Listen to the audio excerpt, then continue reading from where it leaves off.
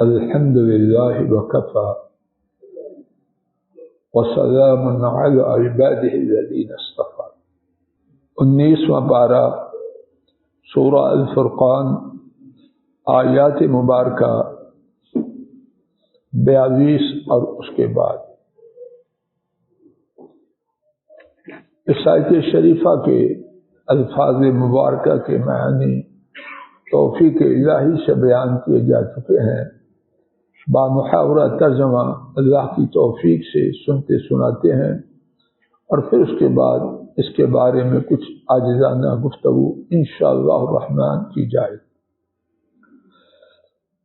یقیناً وہ قریب ہے، یقیناً کہ ہمیں ہمارے معبودان سے گمراہ کر دے اگر ہم ان پر صبر نہ کرتے، اور یقیناً وہ جان لیں گے جب وہ عذاب کو دیکھیں گے کون ہے بہت زیادہ راستے کے اعتبار سے گمراہ۔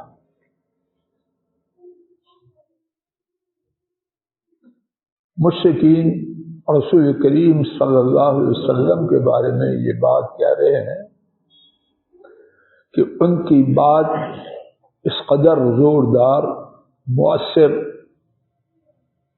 اور دل میں اترنے والی تھی کہ اگر ہم اپنی بات پر جمے نہ رہتے تو یہ ہمیں ہمارے معبودان سے ہٹا دیتے۔ یہاں ایک سے زیادہ باتیں ہیں، میرے ساتھ توجہ فرمائیے، اللہ کرے کہ میں بات کو واضح کر پاؤں۔ ان کا تعصب کس قدر شدید ہے، باوجود اس بات کی کہ بات رسول کریم صلی اللہ علیہ وسلم کی دل تک پہنچ چکی ہے، لیکن ان کی طرف سے جد و جہد ہے، کوشش ہے کہ ماننا نہیں۔ ان کے اس جملہ سے جو ابھی ہم نے سنا کہ وہ قریب تھا کہ ہمارے معبودان سے ہمیں پھسلا دیتا اگر ہم اس پر جمے نہ رہتے، حضرت صلی اللہ علیہ وسلم کے بیان کی قوت، دلائل کا زور چھلکتا نہیں۔ ان کا تعصب اور عناد اور رسول کریم صلی اللہ علیہ وسلم کے دلائل کا زور اور قوت۔ اس کے ساتھ ایک اور بات، رسول کریم صلی اللہ علیہ وسلم ان تک حق بات پہنچانے کی کس قدر حریص اور طلب رکھتے ہیں۔ دلائل میں تاثیر، بیان میں قوت، اس کا کیا ایک سبب یہ نہیں ہوتا کہ کہنے والا اپنی بات میں مخلص ہوتا، جھوٹ کہے سچ کہے، جو کہتا ہے پوری طرف سے، شوق سے، ذوق سے کہتا ہے۔ تو رسول کریم صلی اللہ علیہ وسلم کی ان کے ایمان کے لیے جو حرص اور طلب تھی وہ بھی ان کے اس بیان سے آشکارا ہے۔ ایک اور بات میرے ساتھ دیکھیے، اس سے پہلے انہی مشرکین نے رسول کریم صلی اللہ علیہ وسلم کے متعلق کہا، هذا الذي بعث الله رسولا، کیا یہ اللہ نے رسول بنا کے بھیجا ہے؟ معاذ اللہ، اس میں کیا ہے؟ بولنے کو دل نہیں چاہتا، لیکن سمجھنے سمجھانے کے لیے آپ کے لیے تحقیر کا انداز دیکھیں، یہ بھی کوئی چیز ہے جو رسول بنے؟ نعوذ باللہ من ذلک، بات واضح ہے۔ اب کیا کہہ رہے ہیں کہ ان کے بیان کی قوت، دلائل کا زور کس قدر تھا۔ دونوں باتیں ایک دوسرے سے میل کھاتی ہیں، بات واضح ہو رہی ہے۔ ان کی دو باتوں میں کنٹراڈکشن ہے، اور کسی شخص کے لیے جھوٹا ہونے کے لیے یہ بہت بڑی دلیل ہے کہ اس کی بات پہلی اور پچھلی بات میں میل نہیں۔ اگلی آیت کریمہ، اس سے پہلے وَسَوْفَ يَعْلَمُونَ حِينَ يَرَوْنَ الْعَذَابَ مَنْ أَضَلُّ سَبِيلًا۔ انہوں نے بڑی شیخی ماری کہ ہمارا استقلال، ہماری استقامت، ہمارا جم جانا اپنے معبودوں کے ساتھ ان کی عبادت پر اس نے ہمیں بچا لیا۔ ان کے اس بیان میں ان کی جانب سے ایک طرح کی جو کامیابی ہوئی، فتح ہوئی، اس کا انہوں نے شیخی ماری۔ ہم بچ کے، اور کیسے بچے؟ اپنی ہمت، استقلال، استقامت اور ثابت قدمی سے۔ اللہ تعالیٰ ان کے غبارے سے ہوا نکال رہے ہیں۔ یہ شیخی کب تک مارو گے؟ جب عذاب، یقیناً وہ جان لیں گے جب عذاب آئے گا کہ کون ہے بہت زیادہ گمراہ راستے کے اعتبار سے۔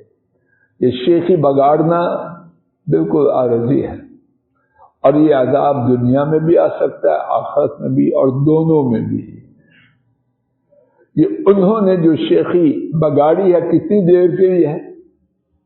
جتنی دیر عذاب نہیں آتا۔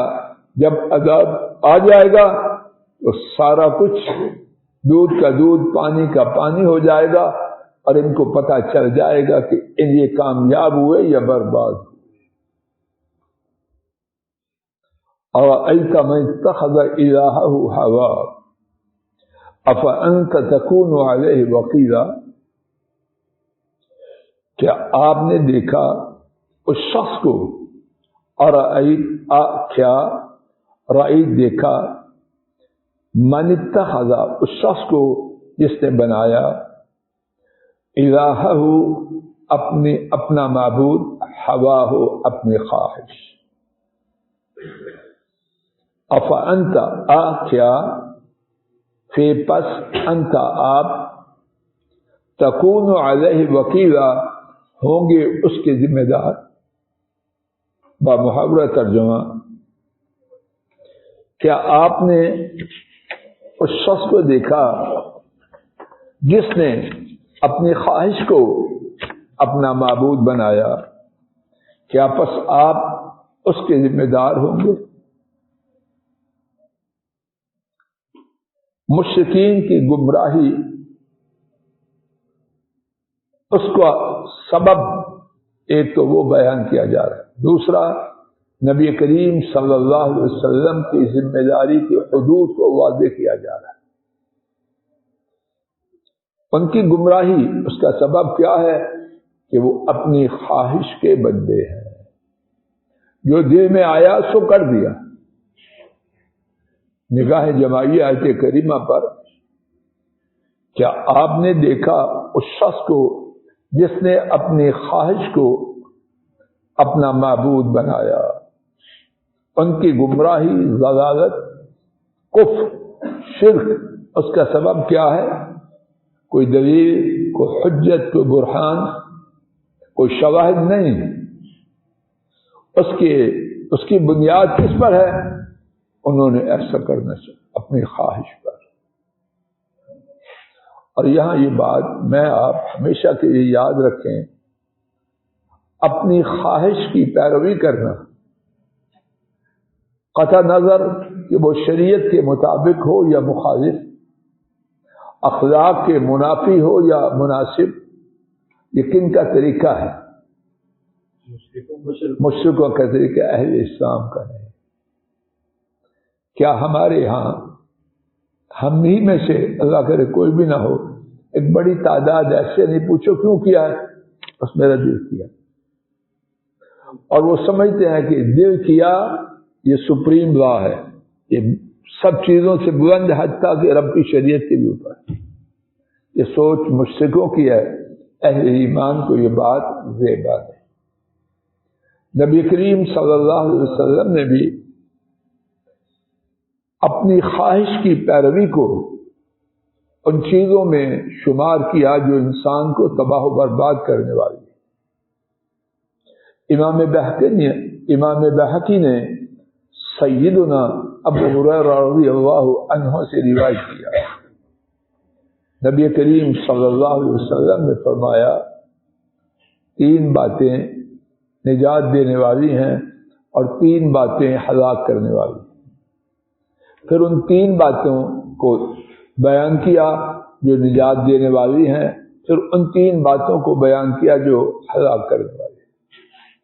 تو ہلاک کرنے والی جو 3 باتیں بیان فرمائی، ان میں سے ایک بات وَحَوًى مُتَّبَعَ، وہ خواہش جس کے آدمی پیچھے چلے، جس کو فالو کرے، وہ خواہش تباہ و برباد کرنے والی ہے۔ حضرات و خواتین، کہنے اور سننے والے خبردار ہو جائیں۔ خواہش پہ چلنا نمبر 1 مشرکین کا طریقہ، نمبر 2 نبی کریم صلی اللہ علیہ وسلم نے اسے مہلکات، ہلاک کرنے والی چیزوں میں شمار کیا ہے۔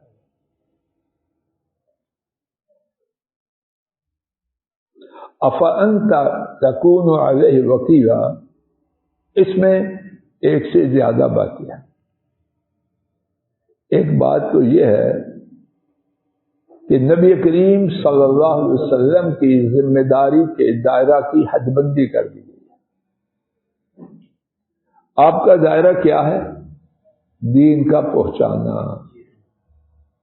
آپ کا دائرہ کیا ہے؟ دین کا پہنچانا۔ اب منوانا یہ آپ کی ذمہ داری ہے۔ تو اس میں نبی کریم صلی اللہ علیہ وسلم کے لیے اس حد بندی میں ایک بات یہ ہے کہ آپ کی اطمینان ہے۔ حضرت صلی اللہ علیہ وسلم کے بارے میں 2 مقامات پر قرآن کریم میں ایک جیسے لفظوں کے ساتھ فرمایا گیا کہ آپ نے ان کے پیچھے اپنی جانوں کو ہلاک کر دینا ہے۔ اس طرح فَلَعَلَّكَ بَاخِعٌ نَفْسَكَ عَلَىٰ آثَارِهِمْ إِن لَّمْ يُؤْمِنُوا بِهَٰذَا الْحَدِيثِ أَسَفًا، کہ شاید آپ اپنی جان کو ہلاک کر لیں گے ان کے پیچھے کہ وہ اس قرآن کے ساتھ ایمان کیوں نہیں لاتے۔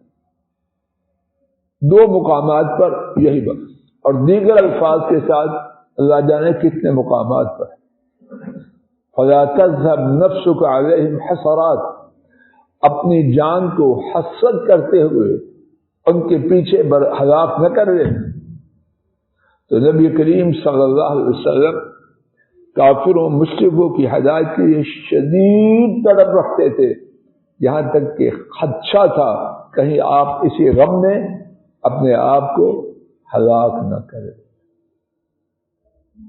اس میں 2 باتیں ہیں۔ ایک تو یہ ہے فضل الہی، اور آپ میں سے ایک اپنے آپ سے پوچھے مشرکوں دیگر لوگوں کے بارے میں نہیں، کیا ہم اپنی اولاد کے بارے میں یہ طلب رکھتے ہیں؟ یہ سوال ہے کہنے اور سننے والوں کے لیے۔ عمرے پہ جا رہے ہیں، حج پہ جا رہے ہیں، تاک راتوں میں قیام کے لیے جا رہے ہیں، اور اولاد کیا کر رہی ہے؟ بچیاں اور بچے کدھر ہیں؟ تڑپ ہے مبارک راتوں میں وہ مرکز میں گھوم رہے ہیں، ماشاءاللہ بڑا پاک ماحول ہے مرکز میں، اور جوان گھنڈے اگرچہ وہ بڑے بظاہر اچھے لباس میں ہوں، وہ بھی مرکز میں گھوم رہے۔ کس لیے؟ نماز تسبیح کے لیے لوگوں کو اکٹھا کر رہے ہیں۔ کیا کچھ ہو رہا ہے؟ اللہ کے لیے میں آپ اپنے آپ پر نظر ڈالیں، اپنا جائزہ لیں۔ ہم ان کی امت ہیں، اور جو ان کی امت میں سے ہے ان کے طریقے پر ہے یا جدا ہے؟ یہ طریقہ کس کا ہے؟ اور یہ کن کے لیے بات کر رہا ہوں؟ جو میرے جسم کا حصہ ہے۔ ان میں سے کسی کو بخار ہو جائے، ماں باپ اور بزرگ بسا اوقات اپنے بخار کا اتنا فکر نہیں ہوتا جتنا اولاد کا ہوتا۔ ڈاکٹر صاحب ایسے کہ نہیں، ٹھیک ہونا چاہیے، اچھی بات ہے، لیکن یہ جو بے حیائی، بے غیرتی، فحاشی، برائی، اس کی طرف ان کا لپک کے جاننا، اور میں آ کے لیلۃ القدر کے لیے مسجد میں قیام کروں، یہ پالیسی اس پہ نظر ثانی کریں. اور یہ نہیں کہ ہم قیام نہ کریں، یہ نہیں ہم عمرہ اور حج کے ضرور جائیں، لیکن اپنے جو پیچھے ہیں ان کا بھی بندوبست جہاں تک ممکن ہو کریں. دوسری بات، کچھ لوگ تو بڑے لاپرواہ ہیں جن کا تذکرہ ہم نے پہلی بات میں کیا، اور کچھ لوگ اپنی جان کو کھا لیتے ہیں. دونوں قسمیں کیونچہ مسئلہ میرے خیال میں موجود ہے. لاپرواہ پارٹی بھی ہے اور وہ غلط ہے، 100% غلط. لیکن جانوں کو کھانے والے بھی ہیں اور وہ بھی نہیں ٹھیک، وہ بھی نہیں ٹھیک. ٹھیک کیا ہے؟ صحیح راہ تک پہنچانے کے لیے، پیغام حق دینے کے لیے آخری حد تک کوشش کرے. اور یہ آخری حد کب ختم ہوگی؟ جب اس کی جان سے جان نکل جائے، یا جس کو کہہ رہا ہے وہ مر جائے. اور شاندار صورت اللہ کرے وہی ہو کہ جس کو سمجھایا جا رہا ہے وہ سمجھ جائے. اور یہ صورت مبارک ہے، اللہ سب کے ساتھ یہی صورت ہے. صحیح پالیسی یہ ہے، کہنا سننا پہنچانا، چھوڑنا نہیں. اور اس کی راہ میں بڑی رکاوٹیں ہیں، اور ایک بہت بڑی رکاوٹ جن کو سمجھایا جو ان کا بدتمیزی کا معاملہ ہے. شیطان نے ایسا سبق پڑھایا ہے، جب کوئی دین کی بات کی یہ کہے منہ بنا لو، منہ بنا لو. اور کتنے کمزور میرے ایسے اسی سے وہ بھی منہ بنا لیتے ہیں تو بات ختم ہو گئی. یہ ذمہ داری کو پورا کرنے کا معاملہ نہیں. اس بدتمیزی کو برداشت کرنا کس لیے؟ کار صاحب اللہ کی رضا کے. معلوم نہیں میرے مشاہدات غلط ہیں ٹھیک ہے، لیکن میں عرض یہ دیتا ہوں ایک بڑی تعداد لوگوں کی ایسی ہے دنیاوی مفاد کے لیے اولاد کی بدتمیزی کے باوجود جی جی کرتے. ران صاحب ٹھیک ہے بات کرو، بینک میں جانا ہے، ریکوری کرنی ہے، سی ڈی اے میں جانا ہے. اب یہ نالائق تو ہے اس قابل کہ اس کا منہ بھی نہ دیکھا جائے، لیکن جب کام ہے، عقل مند بابا بیوقوف، یہ پیسہ تیرا ہے، پیسہ تو ان کا ہے.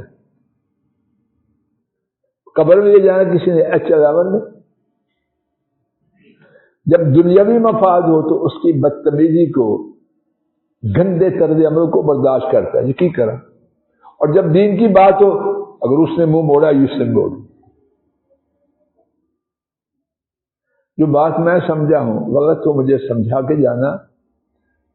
کتنا بدتمیز ہو